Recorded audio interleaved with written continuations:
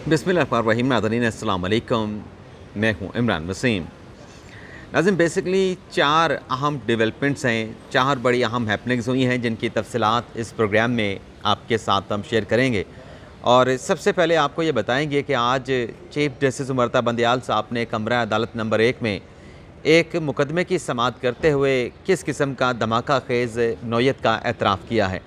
इस खबर की डिटेल के बाद हमारे जो वीलॉग की जो दीगर अहम ख़बरें हैं उनकी तफसीलात भी आपकी खिदमत में पेश करेंगे। आज नाज़रीन कमरा अदालत नंबर 1 में जिसमें चीफ जस्टिस उमरता बंदयाल साहब मुकदमात की समाअत करते हैं, उनका 3 रुकनी बेंच है जिसमें उनके साथ जस्टिस अतर मिनल्ला साहब हैं, जस्टिस आयशा मलिक साहबा हैं। जमात इस्लामी ने नाज़रीन 2015 में जो के इलेक्ट्रिक की निजकारी हुई थी उसके ख़िलाफ़ एक दरख्वास्त दायर की जिसमें यह कहा गया कि ये जो के इलेक्ट्रिक की निजकारी की गई ये कराची की आवाम को फ़ायदा देने के लिए, सहूलत देने के लिए की गई थी, लेकिन वो निजकारी होने के बावजूद भी कराची के आवाम को किसी किस्म का फ़ायदा नहीं पहुंचा, बल्कि उल्टा कराची के आवाम को के इलेक्ट्रिक की निजकारी से नुकसान पहुंचा है। तो उस निजकारी का जो प्रोसेस था उसे कलअदम करार देने की उस दरख्वास्त में इस्तदा की गई। आज उस दरख्वास्त के ऊपर बंदयाल साहब ने समाअत की और इब्तदाई उनके रिमार्क्स ये थे कि ये अदालत जो है वो माशी जो मामलात हैं उसमें मदाखलत से गुरेज़ करती है, उसमें मुदाखलत नहीं करती। और फिर चीफ साहब ने इस बात का एतराफ़ किया कि हमारी माशी मामलात के ऊपर किसी किस्म की एक्सपर्टीज़ नहीं, हम उसमें माहिर नहीं हैं। तो ये जो नाज़रीन जब रिमार्क्स दिए गए और दोस्तों ने बताया हमें कि ये चीफ साहब आज रिमार्क्स दे रहे थे क्योंकि मैं एक और असाइनमेंट के ऊपर था, कोई एक और असाइनमेंट कर रहा था। तो जब ये रिमार्क्स मुझे दोस्तों ने बताया कि चीफ साहब ने आज कमरा अदालत नंबर 1 में 2015 की दायर की गई दरख्वास्त में एक तो ये रिमार्क्स दिए कि मुआशी मामलात में हम एक्सपर्ट नहीं, दूसरा ये कहा कि चूँकि 2 नए कवानीन आ गए हैं आर्टिकल 184(3) के हवाले से, तो लिहाजा ये आप दरख्वास्त जो है वो हाई कोर्ट में ले जाएँ। अब इसमें 2 बातें हैं जो आपके साथ, जिसमें खबरियत है जो आपके साथ हमने शेयर करनी है। एक तो अगर जो 2 कानून आ गए हैं जिसमें एक supreme court practice and procedure कानून है जो कि चीफ जस्टिस के अख्तियारात के हवाले से है, और दूसरा Supreme Court review of judgment and order के नाम से बनाया गया है। यानी पहले कानून का तकरीबन रिप्लिका हुकूमत ने, पार्लियामेंट ने दूसरा बना दिया। अब उन 2 कवानीन की रोशनी में अगर इस केस को जमात इस्लामी के वकला से कहा गया कि आप मुतलका हाई कोर्ट में चले जाएँ, तो जो आर्टिकल 184(3) के बाकी केसेस पड़े हैं उनमें फिर ये ऑब्जर्वेशन क्यों नहीं दी गई, ये बड़ा अहम सवाल है। लेकिन इससे अहम जो सवाल, ज़्यादा अहम सवाल है नाज़रीन, वो ये है कि जो चीफ साहब ने कहा कि हम माशी मामलात के हवाले से एक्सपर्ट नहीं है, तो मुझे जब ये दोस्तों ने बताया तो मुझे वो इलेक्शन का मुकदमा याद आ गया। बल्कि इलेक्शन के अलावा और भी बहुत सारे मुकदमा दीगर केसेस याद आ गए, जिसमें एक ऑरेंज लाइन ट्रेन का भी मुकदमा था जिस पर सुप्रीम कोर्ट ने कोई 1 साल तक तकरीबन स्टे ऑर्डर दे रखा और उसका नतीजा ये निकला कि उसकी जो लागत थी ऑरेंज लाइन ट्रेन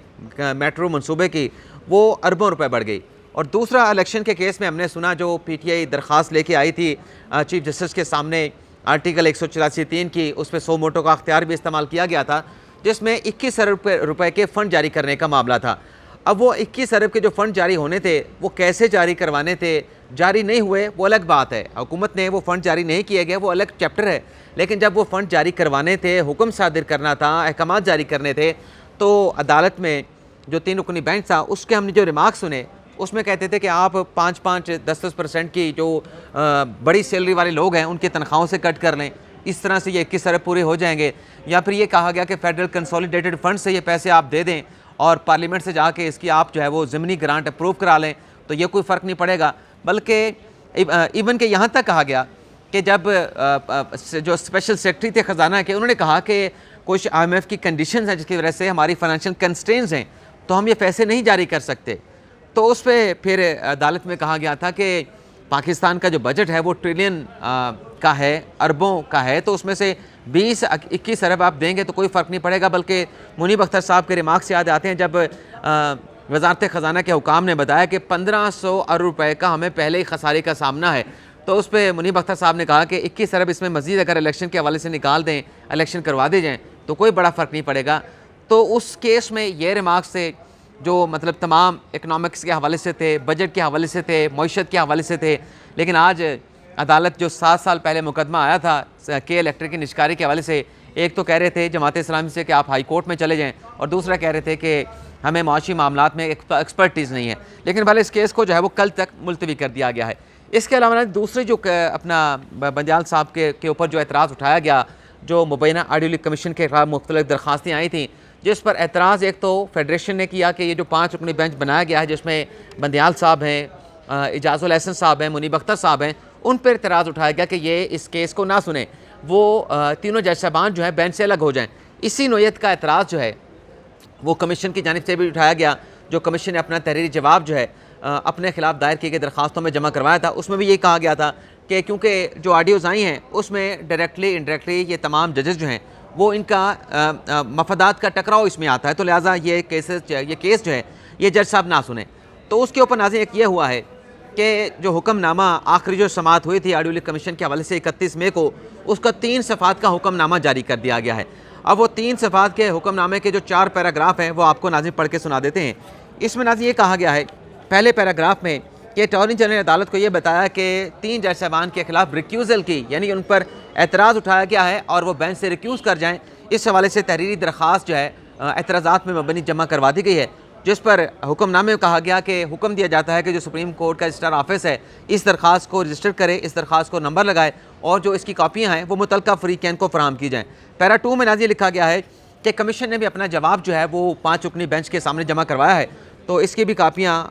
मुतलका फ़रीक़ैन को जमा करवाई जाएँ। और मुतलका फ़रीक़ैन जिसमें आबिद ज़ुबैरी साहब हैं, उन्होंने ऑडियो कमीशन को चैलेंज किया था ना, सेक्रेटरी सुप्रीम कोर्ट बार हैं मुक़्तदर शबीर अख्तर साहब, उन्होंने चैलेंज किया था, इमरान खान साहब ने चैलेंज तो किया था, लेकिन इमरान खान साहब के वकील डॉक्टर बाबर अवान साहब अदालत में पेश नहीं हुए थे। और तीसरे रियाज हनीफ राही साहब थे, उनसे कहा कि अगर आप इंक्लाइन हैं, आप चाहते हैं, आपकी मर्ज़ी है, तो आप इस कमीशन के जवाब के ऊपर अपना जवाबुल जवाब जमा करवा सकते हैं। अब तीसरे पैरे में नाज़रीन ये कहा गया है कि जो रियाज हनीफ राही हैं उन्होंने जस्टिस काजी फ़ायज़ कमीशन के ख़िलाफ़ जो है वो कंटेम्प्ट की एप्लीकेशन फ़ाइल की है, जिस पर हमें यह बताया गया ऑफिस की तरफ से कि एतराज़ात लगे हैं। तो अगर ये रियाज हनीफ राही साहब जो हैं अपनी दरख्वास्त को ये समझते हैं कि इंटरटेन हो, तो उसके ऊपर जो एतराज़ात लगे हैं उनको रिमूव कर दें, तो फिर आगे फर्दर कार्रवाई हो सकती है। अब चौथे पैराग्राफ में नाज़रीन ये कहा गया है जो कि कमीशन के हवाले से हुक्म है, यानी पहले जो दरख्वास्त आई है रिक्यूज़ल के हवाले से वफाक की, उसमें तमाम फ़रीक़ैन को कह दिया गया है, क्योंकि उसमें एतराज़ तो वही था कि चीफ साहब की अपनी जो खुश दामन हैं उनसे मुतल्लिक़ा ऑडियोज़ है, और उन ऑडियोज़ में जैसे इजाज़ुल एहसन की बेंच की बात हो रही है, उन ऑडियोज़ में जैसे मुनीब अख्तर की बात हो रही है, तो वो जो ऑब्जेक्शन वाली CMA है, मुतफ़र्रिक़ दरख्वास्त है, उस पर तमाम फ़रीक़ैन से जवाब तलब कर लिया, यानी अटॉर्नी जनरल से भी तलब कर लिया है, कमीशन से भी तलब कर लिया है, और इसके साथ साथ जो बाकी जो कमीशन के ख़िलाफ़ लोग आए थे, आबिद ज़ुबैरी साहब सेक्रेटरी सुप्रीम कोर्ट बार और इमरान खान साहब और रियाज हनीफ राही साहब, उनसे भी तहरीरी जवाब तलब कर लिया है। और आखिर में जो आखिरी पैराग्राफ है इस 3 सफ़ात के हुक्मनामे का, उसमें यह कहा गया है कि जो हुक्म इम्तना है कमीशन के ख़िलाफ़ कि कमीशन अपनी कार्रवाई को आगे नहीं बढ़ाएगा, वो हुक्म इम्तना जारी रहेगा। और इस केस की समाअत नाज़रीन कल 6 जून को जो है वो होने जा रही है। इसके अलावा नाज़रीन जो जस्टिस काजी फ़ायज़ के ख़िलाफ़ दरख्वास्त आई थी, उस पर एक तो दरख्वास्त गुजार को तो ये कह दिया ना इस तहरीरी हुक्मनामे में कि वो चाहें तो एतराज़ात रिमूव करके अपनी दरख्वास्त दायर कर सकते हैं, लेकिन यहाँ पर नाज़रीन टेक्निकल रुकावट है। टेक्निकल रुकावट ये है कि जो एतराज़ात लगे थे, बल्कि वो एतराज़ात मैं आपको पढ़ के सुना देता हूँ। एतराज़ात में नाज़रीन ये कहा गया है कि जो लैंग्वेज है, रियाज हनीफ राही साहब ने जो कमीशन के अरकान के खिलाफ, जस्टिस काजी फ़ायज़ के खिलाफ, जस्टिस आमिर फ़ारूक के खिलाफ, जस्टिस नईम अख्तर अफ़ान के खिलाफ जो लैंग्वेज इस्तेमाल की है वो स्कैंडलस है, वो तौहीन अमेज़ है, तो लिहाजा ये दरख्वास्त इंटरटेन नहीं की जा सकती। दूसरा एतराज़ लगाया गया कि मुद्दा ये उठाया गया है कंटेम्प्ट की एप्लीकेशन में कि कमीशन के हुक्म के ऊपर अमल दरामद नहीं हुआ, उसकी हुक्म उदूली की गई है, तो ऐसा भी कोई चीज़ इस्टेब्लिश नहीं की। कमीशन को जब हुक्म दिखाया गया 27 मई को, तो कमीशन ने इन मुबैना ऑडियो लीक से मुतल्लिक़ इंक्वायरी को वहाँ पे रोक दिया, तो हुक्म उदूली नहीं हुई, तो फिर कंटेम्प्ट की दरख्वास्त कैसे इंटरटेन की जा सकती है। और तीसरा एतराज़ ये है कि चौथा एतराज़ ये है कि जो नोटिस देना थे कंटेम्प्ट की एप्लीकेशन दायर करके मुतल्लिक़ा जो कमीशन के अरकान हैं, उन्हें नोटिस भी रूल्स के मुताबिक जो कि लाजमी थे कि दरख्वास्त गुजार वो नोटिस भी देता, वो नोटिस भी नहीं दिए गए, और ये एतराज़ात लगा के जो है नाज़रीन दरख्वास्त को वापस कर दिया गया है। तो इसमें अब रियाज हनीफ राही साहब देखते हैं कि अपना हक़ तो वो महफूज रखते हैं, लेकिन वो कुछ और भी करने जा रहे हैं, यानी जो कानून नया बना है नाज़रीन Supreme Court review and judgment order के नाम से, उसमें ग़ालिबन कोई कॉन्स्टिट्यूशन पटिशन वो दायर करेंगे, और हो सकता है कि वो चैम्बर अपील भी इन एतराज़ात के ख़िलाफ़ दायर करें। अब आ जाते हैं नाज़रीन कि खान साहब ने अपने नज़रियाती कारकुनान को किस मामले के ऊपर, यानी क्या तब्दीली खान साहब में आई है कि उसमें खान साहब ने अपने कारकुनान को हैरान कर दिया है। कल नाज़रीन खान साहब ने कोई 20 से 22 मिनट का यूट्यूब के ऊपर एक वीडियो लिंक के ज़रिए ख़िताब किया, जिसमें खान साहब ने कुछ बातें की हैं, उसके मैंने चंद पॉइंट्स निकाले हैं, नुकात निकाले हैं जो आपके सामने रखूँगा। एक तो खान साहब ने कहा कि यास्मीन राशिद साहब जो कि हमारी सेंट्रल पंजाब के पीटीआई की प्रेसिडेंट हैं, उन्हें जना हाउस में जो हमला केस है उसमें बरी कर दिया गया है। और ख़ान साहब ने कहा कि हमारी पॉलिसी नहीं थी कि जो मिलिट्री के इमलाक हैं उसको नुकसान पहुँचाया जाए। सवाल खान साहब ने उठा के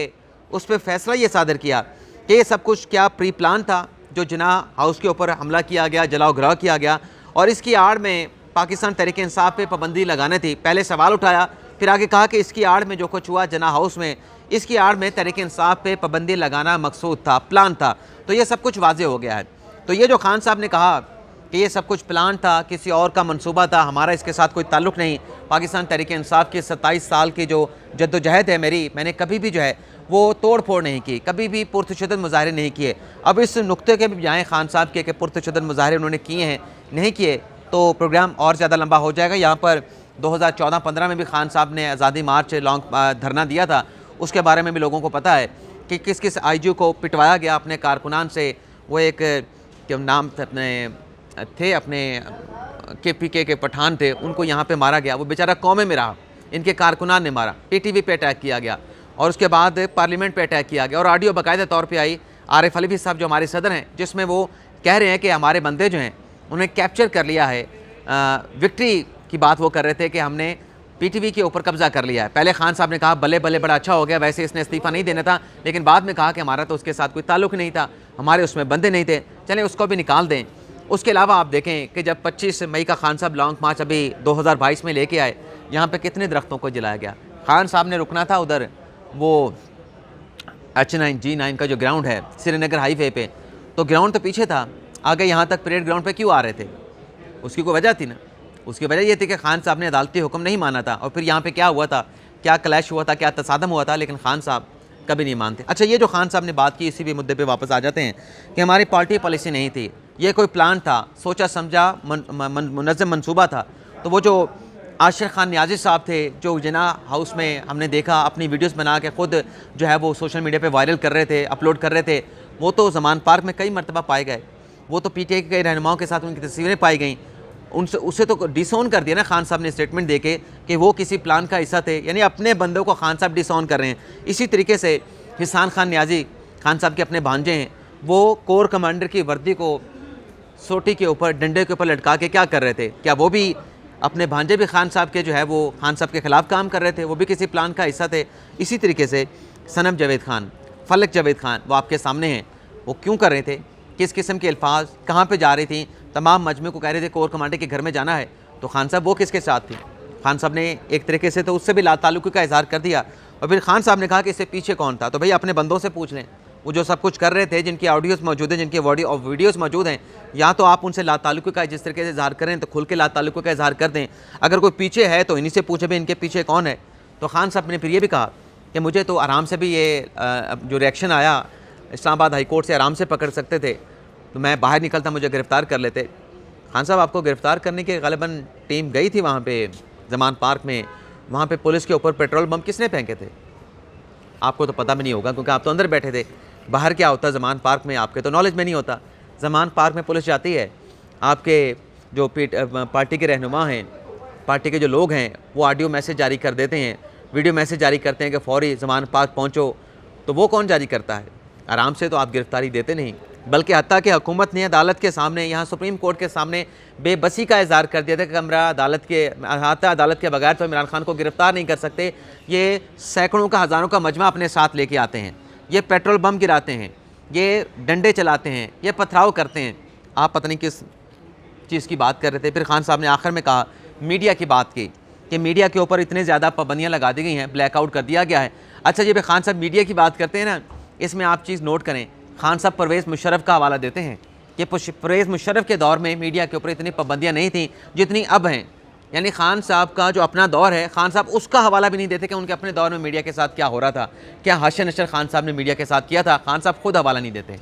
परवेज़ मुशर्रफ के दौर का हवाला देते हैं कि तब मीडिया बेहतर था। तीसरी खान साहब ने बात की कि मुल्क को जिन मसाइल और दलदल का सामना है, खान साहब ने कहा कि इसका एक ही हल है कि कानून की हुक्मरानी हो। इससे पहले खान साहब क्या कहा करते थे, यानी खान साहब का सॉफ्टवेयर अपडेट हुआ है, यह खान साहब का मौक़िफ़ चेंज हुआ है। खान साहब कहते हैं कि मुल्क के मसाइल का एक ही हल है। पहले कहते थे कि इलेक्शन करवा दें, इलेक्शन करवाएं, तमाम मसाइल हल हो जाएंगे। अब कहते हैं कि कानून की हुक्मरानी होनी चाहिए, तो कानून की हुक्मरानी सब के लिए होनी चाहिए, छोटे के लिए भी, बड़े के लिए भी। जब तक मुल्क में एक कानून नहीं होगा, क्योंकि खान साहब कानून आप भी नहीं मानते, आप सिर्फ उसी कानून को मानते हैं तो दूसरे पे लगता है, और यह पाकिस्तान का अलमिया है, बदकिस्मती है कि हम उसी कानून को मानते हैं जो दूसरे पे लगता है। हमारे ऊपर कानून लगे तो हम उस कानून को मानते नहीं। तो ये नाज़रीन आज का हमारा व्लॉग, इजाज़त चाहते हैं। अल्लाह ताला हम सब का आमीन नासिर और दुआ में याद रखिएगा। अल्लाह हाफिज़।